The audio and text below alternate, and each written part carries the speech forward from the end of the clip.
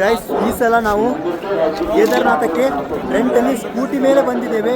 ನೀವು ಕೂಡ ಕೇದಾರ್ನಾಥ್ ಬರೋದಿದ್ರೆ ರೆಂಟಲ್ಲಿ ಸ್ಕೂಟಿ ಮೇಲೆ ಬರಬೇಕಂದ್ರೆ ನನ್ನ ಈ ವಿಡಿಯೋ ಫುಲ್ ನೋಡಿ. ಯಾಕಂದರೆ ಟೋಟಲ್ ಆಗಿ ಎಷ್ಟು ಖರ್ಚಾಗುತ್ತೆ, ಸ್ಕೂಟಿ ತಗೊಂಡಿದ್ರೆ ಪೆಟ್ರೋಲ್ಗೆ ಎಷ್ಟು ಹೋಗುತ್ತೆ ಎಲ್ಲನೂ ಡೀಟೇಲ್ ಆಗಿ ವಿಡಿಯೋ ಮಾಡಿಟ್ಟಿದ್ದೇನೆ. ಸ್ಕೂಟಿ ಟ್ರೆಕ್ಕಿಂಗ್ ಮಾಡಲಿಕ್ಕೆ 11 ಗಂಟೆ, ದೇವರ ದರ್ಶನ ಮಾಡಲಿಕ್ಕೆ 7 ಗಂಟೆ. ಸ್ನೇಹಿತರೆ ಅಷ್ಟೊಂದು ಸುಲಭ ಇಲ್ಲ. ರೀಲ್ಸ್ ನೋಡಿ ಬರೋದು ಯಾರು ಬರ್ಲಿಕ್ಕೆ ಹೋಗ್ಬೇಡಿ.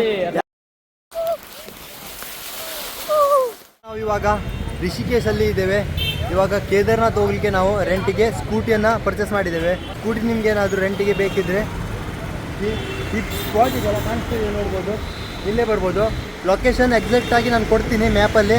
ಅದೇ ಲೊಕೇಶನ್ ಹುಡ್ಕೊಂಡು ಈ ಪಾಯಿಂಟಲ್ಲಿ ಬಂದರೆ ನಿಮಗೆ ರೆಂಟಿಗೆ ಸ್ಕೂಟಿ ಸಿಗುತ್ತೆ. ನೋಡಿ ಫೋನ್ ನಂಬರು, ಈ ನಂಬರ್ಗೆ ಕಾಲ್ ಮಾಡಿ ರೆಂಟಲ್ಲಿ ಬೈಕ್ ಈಸಿಯಾಗಿ ಸಿಗುತ್ತೆ. ಇನ್ನೊಂದು ಒಳ್ಳೆ ವಿಷಯ ಏನಂದರೆ ನಿಮಗೇನಾದರೂ ಲೊಕೇಶನ್ ಗೊತ್ತಿಲ್ಲ ಅಂದರೆ ಇವರೇ ಸ್ಕೂಟಿ ತಂದು ನಿಮ್ಮ ಹತ್ರ ಕೊಡ್ತಾರೆ. ಆದರೆ ನೀವು ರಿಷಿಕೇಶಲ್ಲಿ ಇರಬೇಕು, ಹರಿದ್ವಾರದಲ್ಲಿದ್ದರೆ ಆಗಲ್ಲ. ಈ ಲೊಕೇಶನ್ ಬಂದು ರಿಜಿಸ್ಟ್ರೇಷನ್ ಮಾಡುವ ಲೊಕೇಶನ್ ಇದು. 4 ಧಾಮ ಮಾಡೋದಿದ್ರೆ 4 ಧಾಮ, 1 ಧಾಮ ಮಾಡಿದ್ರೆ 1 ಧಾಮ. ನಾವು ಆ್ಯಕ್ಚುಲಿ ಇದನ್ನು ಮಾಡಲಿಲ್ಲ, ಯಾಕಂದರೆ ಹೋದ ಸಲ ನಮಗೆ ಯಾರೂ ಕೇಳಿಲ್ಲ ಇದನ್ನು ಟೋಕನ್ನು, ಅದ್ರಗೋಸ್ಕರ ನಾವು ಮಾಡಲಿಲ್ಲ. ಈ ಸಲ ನಮ್ಮ ಹತ್ರ ಕೇಳಲಿಲ್ಲ. ನಮ್ಮ ಜರ್ನಿ ಸ್ಟಾರ್ಟ್ ಆಗಿದ್ದು ರಿಷಿಕೇಶಿಂದ. ರೆಂಟಲ್ಲಿ ಸ್ಕೂಟಿ ತಗೊಂಡು ಸೀದಾ ಸ್ಟಾರ್ಟ್ ಮಾಡಿದ್ದೇವೆ. 12 ಗಂಟೆ ಆಗಿತ್ತು ನಮಗೆ ಹೊರಡಲಿಕ್ಕೆ. ಸ್ಟಾರ್ಟಿಂಗಲ್ಲಿ 400 ರೂಪಾಯಿ ಪೆಟ್ರೋಲ್ನ ಹಾಕ್ಸಿದ್ದೇವೆ. ರಿಷಿಕೇಶಿಂದ ಸೋನ್ಪ್ರಯಾಗ್ ತನಕ ಹೋಗೋದು ಟೋಟಲಾಗಿ 200 ಕಿಲೋಮೀಟರ್ ಆಗುತ್ತೆ. ಮೊದಲನೇದಾಗಿ ನಾವು 400 ರೂಪಾಯಿ ಪೆಟ್ರೋಲ್ ಹಾಕಿದ್ದೇವೆ. ಇವಾಗ 100 ರೂಪಾಯಿ ಹಾಕಿದ್ದೇವೆ. ಟೋಟಲಾಗಿ ಎಷ್ಟು ಖರ್ಚು ಬರುತ್ತೆ ಅಂತ ನೋಡೋಣ ಪೆಟ್ರೋಲ್ದು. ಗೈಸ್ ರುದ್ರಪ್ರಯಾಗ ಕಡೆ ಬಂದಿದ್ದೇವೆ, ನೋಡ್ಬೋದು. ಇವಾಗ ಇಂದ ಕಾಣಿಸ್ತಾ ಇದೆ ನೋಡಿ ರುದ್ರಪ್ರಯಾಗ.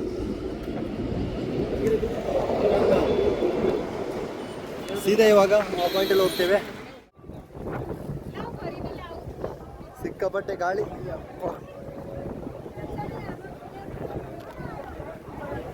ನೀವೇನಾದರೂ ಬಸ್ಸಲ್ಲಿ ಹೋಗೋದಿದ್ರೆ ನಿಮಗೆ ಈ ಪ್ಲೇಸಲ್ಲಿ ಸ್ಟಾಪ್ ಮಾಡಿಸಲ್ಲ. ಅದ್ರಗೋಸ್ಕರ ನಾವು ಈ ಸಲ ರೆಂಟಿಗೆ ಸ್ಕೂಟಿನ ತಂದು ಅದ್ರಗೋಸ್ಕರ ಒಳ್ಳೊಳ್ಳೆ ಪ್ಲೇಸ್ ಸಿಗುತ್ತಂತ ನಾವು ರೆಂಟಲ್ಲಿ ಸ್ಕೂಟಿನ ಪರ್ಚೇಸ್ ಮಾಡಿದ್ದು. ಮತ್ತು ಮುಂದ್ಗಡೆ ಹೋದಂಗೆ ಯಾವೆಲ್ಲ ಪ್ಲೇಸ್ ಸಿಗುತ್ತೆ ಆ ಪ್ಲೇಸ್ಗೆಲ್ಲ ಹೋಗ್ತೇವೆ. ಒಳ್ಳೊಳ್ಳೆ ಪ್ಲೇಸ್ ಸಿಗುತ್ತೆ. ದಾರಿದೇವಿ ಟೆಂಪಲ್ ಕೂಡ ಬರುತ್ತೆ. ಗೈಸ್ ದಾರಿದೇವಿ ಟೆಂಪಲ್ ಕಡೆ ಹೋಗ್ತಾ ಇದ್ದೇವೆ. ಇಲ್ಲಿಂದ ರುದ್ರಪ್ರಯಾಗ್ 25 ಕಿಲೋಮೀಟರ್ ಇದೆ. ಮತ್ತು ಕೇದಾರ್ನಾಥ್ ಹೋಗ್ಲಿಕ್ಕೆ ಇಲ್ಲಿಂದ 110 ಕಿಲೋಮೀಟರ್ ಇದೆ. ದಾರಿದೇವಿ ದರ್ಶನ ಮಾಡ್ಕೊಂಡು ಆಮೇಲೆ ಸೀದಾ ಸೋನ್ಪ್ರಯಾಗ್ ಹೋಗ್ತೇವೆ. ಸೋನ್ಪ್ರಯಾಗಿಂದ ನಮ್ಮ ಟ್ರೆಕ್ಕಿಂಗ್ ಸ್ಟಾರ್ಟ್ ಆಗೋದು. ಇಲ್ಲಿನ ಜನರ ನಂಬಿಕೆ ಅಂತೆ ಮೊದಲು ದಾರಿದೇವಿ ದರ್ಶನ ಮಾಡಿ ಆಮೇಲೆ 4 ಧಾಮದ ದರ್ಶನ ಮಾಡಬೇಕಂತ ಹೇಳ್ತಾರೆ. 2013ರಲ್ಲಿ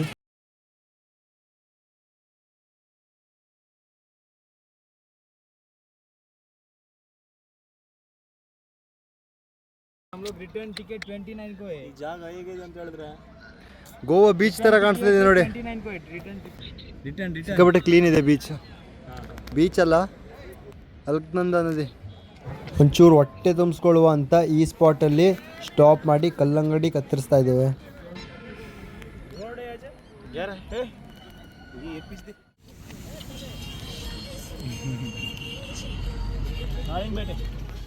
ಮೂರನೇ ಬಾರಿ ಪೆಟ್ರೋಲ್ ಹಾಕ್ತಾ ಇರೋದು. 210 ರೂಪಾಯಿ ಪೆಟ್ರೋಲ್ ಹಾಕ್ತಾ ಇದ್ದೇವೆ. ಗೌರಿಕೊಂಡ್ ಹೋಗ್ಲಿಕ್ಕೆ ಲೈನ್ ಆಗಿದೆ. ಇಲ್ಲಿಂದ ಗೌರಿಕೊಂಡ್ 4 ರಿಂದ 5 ಕಿಲೋಮೀಟರ್ ಇದೆ. ಇವಾಗಲೇ ಲೈನ್ ಸ್ಟಾರ್ಟ್ ಆಗಿಬಿಟ್ಟಿದೆ. ಗೈಸ್ ಕೇದಾರ್ನಾಥ್ ಬರೋದು ಅಷ್ಟೊಂದು ಈಸಿ ಇಲ್ಲ. ಸಿಕ್ಕಾಪಟ್ಟೆ ಕಷ್ಟನ ಅನುಭವಿಸ್ಬೇಕಾಗತ್ತೆ. ಆ ಟ್ರಕ್ಕಿಂಗ್, ಆ ಚಳಿ ಸಿಕ್ಕಾಪಟ್ಟೆ ಇದೆ. ಇವಾಗ ಗೌರಿಕುಂಡ ಹೋಗ್ಲಿಕ್ಕೂ ಲೈನ್ ಇದೆ. ಮೊದಲೆಲ್ಲ ಸೋನ್ಪ್ರಯಾಗಿಂದ ಲೈನ್ ಇರಲಿಲ್ಲ ಆಗಿತ್ತು. ನಾವೆಲ್ಲ ನೈಟಲ್ಲಿ ಟ್ರೆಕ್ಕಿಂಗ್ ಮಾಡಿದ್ರು. ಇವಾಗ ನೋಡಿ ಗೌರಿಕುಂಡಲ್ಲಿ ಲೈನ್ ಮಾಡಿಟ್ಟಿದ್ದಾರೆ. ಇನ್ನೂ ಬರಲಿಲ್ಲ. 4 ಕಿಲೋಮೀಟರ್ ಇದೆ ಇಲ್ಲಿಂದ ಗೌರಿಕುಂಡ ಹೋಗ್ಲಿಕ್ಕೆ. ಇವಾಗಲೇ ಸ್ಟಾರ್ಟ್ ಆಗಿಬಿಟ್ಟಿದೆ ಲೈನ್. ಈ ಥರ ರಶ್ ಇರಲ್ಲ, ಅಂದರೆ ಸ್ಟಾರ್ಟಿಂಗಲ್ಲಿ ಮಾತ್ರ ಈ ಥರ ರಶ್ ಇರುತ್ತೆ. ಜೀಪಲ್ಲಿ ಹೋಗ್ಲಿಕ್ಕೆ ಲೆಫ್ಟಲ್ಲಿ ಲೈನ್ ಇರುತ್ತೆ, ನಡ್ಕೊಂಡು ಹೋಗ್ಲಿಕ್ಕೆ ರೈಟಲ್ಲಿ ಲೈನ್ ಇರುತ್ತೆ. ಈ ಥರ ಮಾಡ್ತಾರೆ, ಏನೂ ರಶ್ ಇರಲ್ಲ ಮುಂದ್ಗಡೆ ಹೋಗ್ತಾನೆ. ಫೈನಲಿ ನಾವು ಗೌರಿಕುಂಡದಲ್ಲಿ ರೀಚ್ ಆಗಿದ್ದೇವೆ. ಇಲ್ಲಿಂದ ನಮ್ಮ ಕಾಲ್ನಡಿಗೆ ಸ್ಟಾರ್ಟ್ ಆಗೋದು. ಈ ಥರ ಅಂಗಡಿಗಳಿರುತ್ತಲ್ಲ, ಇಲ್ಲೆಲ್ಲ ಬ್ಯಾಗ್ ಎಲ್ಲ ಇಡಲಿಕ್ಕೆ ಕೊಡ್ತಾರೆ. ಅಂದರೆ ಚಾರ್ಜಸ್ ಇದೆ. 24 ಗಂಟೆಗೆ 100 ರೂಪಾಯಿ ಅಂತೆ. ಆಮೇಲೆ ಎಕ್ಸ್ಟ್ರಾ ಏನಾದರೂ 3-4 ಗಂಟೆ ಜಾಸ್ತಿ ಆದರೆ ಎಕ್ಸ್ಟ್ರಾ ಚಾರ್ಜಸ್ ಮಾಡ್ತಾರಂತೆ. ನೋಡೋಣ ನಮ್ಮ ಎಷ್ಟು ಗಂಟೆ ಆಗುತ್ತೆ ಅಂತ ನೋಡೋಣ. ನಾವೇನು ಮಾಡಿದ್ರು ಗೊತ್ತಾ, 3ರಲ್ಲಿ 1 ಮಾಡಿದ್ದೇವೆ. ಅಂದರೆ 3 ಜನರ ಬ್ಯಾಗಲ್ಲಿ ಎಲ್ಲ ತೆಗೆದು ಒಂದು ಬ್ಯಾಗಲ್ಲಿ ಹಾಕಿಟ್ಟಿದ್ದೇವೆ. ಇವಾಗ ಒಂದೇ ಬ್ಯಾಗ್ನ 3 ಜನ ಶೇರ್ ಮಾಡ್ಕೊಂಡು ಹೋಗ್ತೇವೆ, ಯಾಕಂದರೆ ರಿಸ್ಕ್ ಆಗುತ್ತಲ್ಲ ಅದಕ್ಕೋಸ್ಕರ. ಇದೊಂದು 10 kg ಇದೆ. 10 kg ಅಂದರೆ ಒಂದು 5 ಕಿಲೋಮೀಟರ್ ಹೋಗಿ ಎಕ್ಸ್ಚೇಂಜ್ ಮಾಡ್ತೇವೆ 3 ಜನ. ನೀವು ಇದೇ ಥರ ಶೇರಿಂಗ್ ಮಾಡಿರ್ತಲ್ಲ ನಿಮಗೆ ಈಸಿ ಆಗುತ್ತೆ ಟ್ರೆಕ್ಕಿಂಗ್ ಮಾಡಲಿಕ್ಕೆ, ಅದಕ್ಕೋಸ್ಕರ. ಲಗೇಜ್ ರೂಮ್ ಇಡುವ ಜಾಗ ಇಂಥದ್ದೇ ಶಾಪ್ ಇರುತ್ತಲ್ಲ, ಮುಂದ್ಗಡೆ ಹೋದಂಗೆ ಶಾಪ್ ಸಿಗುತ್ತೆ. ಗೈಸ್ ಆ್ಯಕ್ಚುಲಿ ಇವಾಗ ನಮ್ಮ ಟ್ರೆಕ್ಕಿಂಗ್ ಸ್ಟಾರ್ಟ್ ಆಗೋದು 8:52 ಆಯಿತು. ಗೌರಿಕುಂಡಿಂದ ಇವಾಗ ಟ್ರೆಕ್ಕಿಂಗ್ ಮಾಡಲಿಕ್ಕೆ ರೆಡಿಯಾಗಿದ್ದೇವೆ, ಟ್ರೆಕ್ಕಿಂಗ್ ಮಾಡ್ತಾ ಇದ್ದೇವೆ. ಗೈಸ್ ನೋಡೋಣ ಕೇದಾರ್ನಾಥ್ ಟೆಂಪಲ್ ಕಡೆ ಎಷ್ಟು ಗಂಟೆಗೆ ರೀಚ್ ಆಗ್ತೇವೆ ಅಂತ ನೋಡೋಣ. ಕರೆಕ್ಟಾಗಿ ನನ್ನ ಪ್ರಕಾರ ಒಂದು ಟೈಮ್ ಹೇಳ್ತೀನಿ, ಸಂಜೆ 6ರಿಂದ 7 ಗಂಟೆ ಒಳಗೆ ರೀಚ್ ಆಗ್ಬೋದು ನನ್ನ ಪ್ರಕಾರ ಅನಿಸುತ್ತೆ. ನೋಡೋಣ ಎಷ್ಟು ಗಂಟೆ ರೀಚ್ ಆಗುತ್ತಂತ.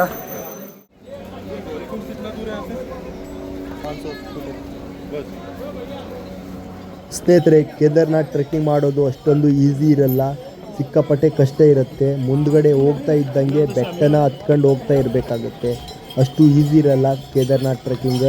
ದೇವಸ್ಥಾನ ಬೆಟ್ಟದ ಮೇಲೆ ಇದ್ದರಿಂದ ಟ್ರೆಕ್ಕಿಂಗ್ ಮಾಡುವಾಗ ಒಂದು ಕಡೆ ಜನರುಗಳ ರಾಶಿನೇ ಇರುತ್ತೆ, ಇನ್ನೊಂದು ಕಡೆ ಕುದುರೆ ಗಾಡಿಗಳ ತೊಂದರೆನೇ ಆಗುತ್ತೆ. ಜಾಸ್ತಿ ತೊಂದರೆ ಆಗೋದು ಈ ಕುದುರೆ ಗಾಡಿಗಳಿಂದ ನಮಗೆ ತೊಂದರೆ ಆಗೋದು. ಟೋಟಲ್ ಆಗಿ 22 ಕಿಲೋಮೀಟರ್ ಟ್ರ್ಯಾಕ್ ಇರುತ್ತೆ, ಆದರೆ ಆ 22 ಕಿಲೋಮೀಟರ್ ಅನ್ನೋದು ಸುಳ್ಳು. ಯಾಕಂದರೆ ನೀವು ಸ್ಟ್ರೇಟಾಗಿ ರೋಡಲ್ಲಿ ಹೋಗಿದರೆ 22 ಕಿಲೋಮೀಟರ್ 4 ಗಂಟೆ ಒಳಗೆ ಕಂಪ್ಲೀಟ್ ಮಾಡ್ಬೋದು. ಅದೇ ನೀವು ಈ ಕೇದಾರ್ನಾಥಲ್ಲಿ ಟ್ರೆಕ್ಕಿಂಗ್ ಮಾಡೋದಿದ್ದರೆ ನಿಮಗೆ 50 ಕಿಲೋಮೀಟರ್ ಲೆಕ್ಕ ಆಗುತ್ತೆ. ಟೋಟಲಾಗಿ 10ರಿಂದ 11 ಗಂಟೆ ಆಗುತ್ತೆ ನಿಮಗೆ ಈ ಟ್ರ್ಯಾಕ್ ಮಾಡಲಿಕ್ಕೆ, ಅಷ್ಟು ಕಷ್ಟ ಇದೆ. ಮೇಲ್ಗಡೆ ಹೋದಂಗೆ ಫುಡ್ಡು ಮತ್ತು ನೀರಿನ ಬೆಲೆ ಸಿಕ್ಕಾಪಟ್ಟೆ ಜಾಸ್ತಿ ಆಗುತ್ತೆ. ಒಂದು ನೀರು ಬಾಟ್ಲಿಗೆ 80 ರೂಪಾಯಿ 100 ರೂಪಾಯಿ ಚಾರ್ಜಸ್ ಮಾಡ್ತಾರೆ. ನೀವು ಖಾಲಿ ಬಾಟಲ್ ತಂದರೆ ಹೋದ ರೋಡಲ್ಲಿ ನೀರುಗಳು ಸಾಕಷ್ಟು ಸಿಗುತ್ತೆ, ಅದನ್ನು ಕುಡ್ಕೊಂಡು ಹೊಟ್ಟೆ ತುಂಬಿಕೊಳ್ಬೋದು. ಮತ್ತು ಅದೇ ರೀತಿ ಟಾಯ್ಲೆಟ್ಗೂ ಏನೂ ತೊಂದರೆ ಇಲ್ಲ, ಮುಂದ್ಗಡೆ ಹೋಗ್ತಾ ಇದ್ದಂಗೆ ಟಾಯ್ಲೆಟ್ ರೂಮ್ ಕೂಡ ಸಿಗುತ್ತೆ. ಇವಾಗ ಬ್ಯಾಗ್ ಎಕ್ಸ್ಚೇಂಜ್ ಮಾಡಿದ್ದೇವೆ. ಒಂದು 5 ಕಿಲೋಮೀಟರ್ ಇವ್ರು ಹಾಕೊಳ್ತಾರೆ ಬ್ಯಾಗ್.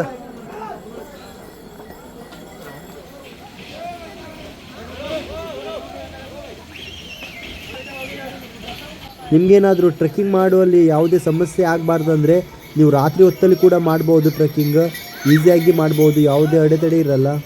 ಇವಾಗ ಟೈಮ್ 2 ಗಂಟೆ ಆಯಿತು. ವಾತಾವರಣ ನೋಡಿ ಯಾವ ಥರ ಆಗಿದೆ. ಸಂಜೆ 6 ಗಂಟೆ ಆಗುತ್ತಲ್ಲ ಆ ರೀತಿ ಆಗಿಬಿಟ್ಟಿದೆ ಕೇದಾರ್ನಾಥಲ್ಲಿ.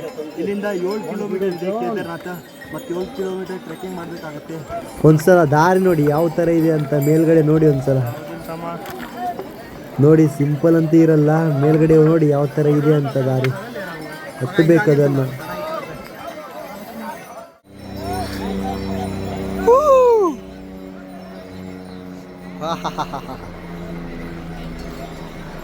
ಜಾರತ್ತೆ ಜಾರತ್ತೆ.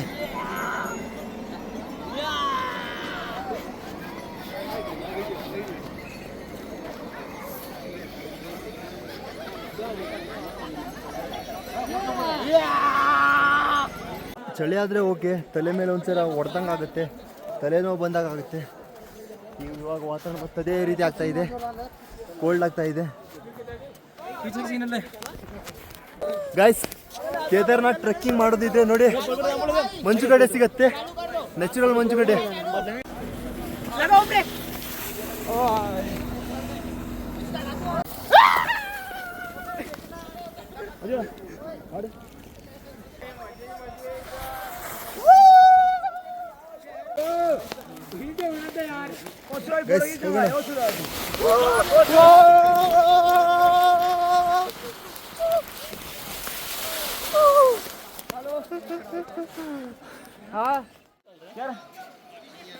क्या भाई? जाओ जाओ जाओ, आगे जाते रहो भाई. भाई भाई चश्मा किसका है भाई? लोकल. ओ हीरो आपका नाम?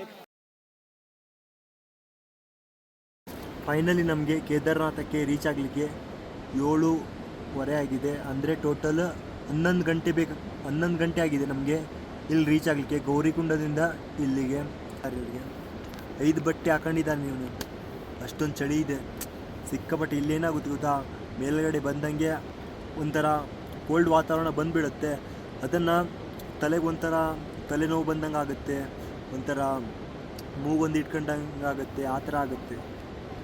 ಅಷ್ಟೊಂದು ಈಸಿ ಇಲ್ಲ ಕೇದಾರ್ನಾಥ್ ಅಂದರೆ. ಅದೇ ಇವಾಗ ನಮ್ಮ 5ರಲ್ಲಿ ನಾಳೆ ಹೇಳೋದೇ ಡೌಟ್ ಅನಿಸುತ್ತೆ. ದರ್ಶನ ಬೇಡ ಏನು ಬೇಡ ಆ ಥರ ಇದೆ. ನಿಜ ಹೇಳ್ತಿದ್ದೀನಿ ನಾನು. ಬೇಕಾದರೆ ನೀವು ಓದೋರು ಬೇಕಾದ್ರೆ ಕಮೆಂಟ್ ಮಾಡ್ಬೋದು. ಇದು ಮೇ ತಿಂಗಳಲ್ಲ, ಅದ್ರಿಗೋಸ್ಕರ ಮಂಜುಗಡ್ಡೆ ಸಿಕ್ಕಾಪಟ್ಟೆ ಇದೆ. ನೀವು ಈ ಥರ ಅನುಭವಿಸಬಾರ್ದಂದ್ರೆ ಬೇಗ ಮೇ ತಿಂಗಳಲ್ಲಿ ಬರಬೇಡಿ ನೀವು. ಯಾಕಂದರೆ ಒಂದೂವರೆ ತಿಂಗಳ ಲೇಟ್ ಆದರೂ ಅಡ್ಡಿಲ್ಲ. ಚಳಿನೂ ಅಷ್ಟೊಂದು ಇರಲ್ಲ. ನಾನು 3 ಬಟ್ಟೆ ಹಾಕ್ಕೊಂಡಿದ್ದೀನಿ. ನಾನು ಸ್ವಲ್ಪ ನಾರ್ಮಲ್ ಆಗಿದ್ದೀನಿ.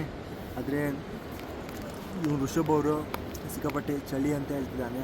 ಫಸ್ಟ್ ಟೈಮ್ ಅಲ್ಲ ಈ ವಾತಾವರಣ ಎಲ್ಲ ನೋಡೋದು. ನಂದು 2ನೇ ಸಲ. ಆದರೂ ನಾವು ಹೋದ ಸಲ ಬಂದವ್ರಿಗೆಲ್ಲ ಏನೂ ಆಗಲಿಲ್ಲ. ನಾನು ಮತ್ತು ನನ್ನ ಫ್ರೆಂಡ್ ಇನ್ನೊಬ್ರು ಬಂದಿದ್ದಾರಲ್ಲ, ಅವನಿಗೂ ಏನಾಗಲಿಲ್ಲ, ನನಗೂ ಏನಾಗಲಿಲ್ಲ. ಆ ಥರ ಏನೂ ಅನಿಸಲಿಲ್ಲ. ಮಧ್ಯದಲ್ಲಿ ಒಂದು ಸಲ ತಲೆನೋವು ಬಂತು, ಆಮೇಲೆ ಸರಿ ಆಯಿತು ಆಟೋಮೆಟಿಕ್ಕಾಗಿ. ಮತ್ತು ಹೊಸಬ್ರು 3 ಜನ ಬಂದಿದ್ದಾರೆ. ಅವರಿಗೆ ತಲೆನೋವು ಒಂದು ಸಲ ಉಸಿರಾಟ ಕಮ್ಮಿ ಆದಂಗೆ ಆಯ್ತಂತೆ. ಆಮೇಲೆ ಯಾರು ಕರ್ಪೂರ ಕೊಟ್ಟು ಸರಿ ಆಯ್ತಂತೆ ಅವರಿಗೆ. ಫುಲ್ ಪ್ಯಾಕಿಂಗ್ ಮಾಡಿ ನಿದ್ದೆ ಮಾಡಿದ್ದಾರೆ. ನಿಜವಾಗ್ಲೂ ಹೇಳ್ತೀನಿ, ಇಲ್ಲಿ ಬಂದರೆ ದೇವ್ರ ದರ್ಶನವೂ ಬೇಡ ಆ ಥರ ಅನಿಸುತ್ತೆ. ನಾನು ನಿಜ ಹೇಳ್ತಿದ್ದೀನಿ. ಆ ಥರ ನನಗೆ ಈ ಸಲ ಆಗಲಿಲ್ಲ.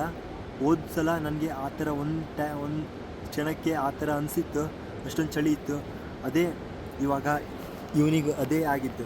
ಅವನೇನು ಹೇಳ್ತಿದ್ದಾನೆ ಗೊತ್ತಾ, ನಾನು ಡೌಟ್ ದರ್ಶನ ಮಾಡೋಕ್ಕೆ ಬರೋದು ಆ ಥರ ಹೇಳ್ತಿದ್ದಾನೆ.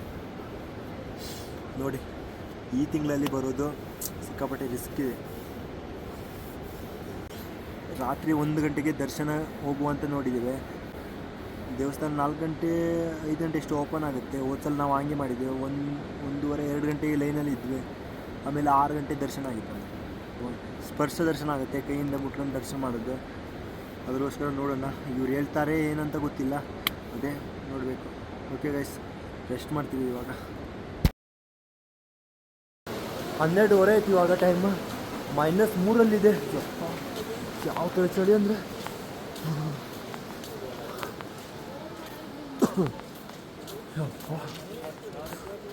ಏನು ಬೇಡ ಅನಿಸುತ್ತೆ ಈ ಚಳಿಗೆ.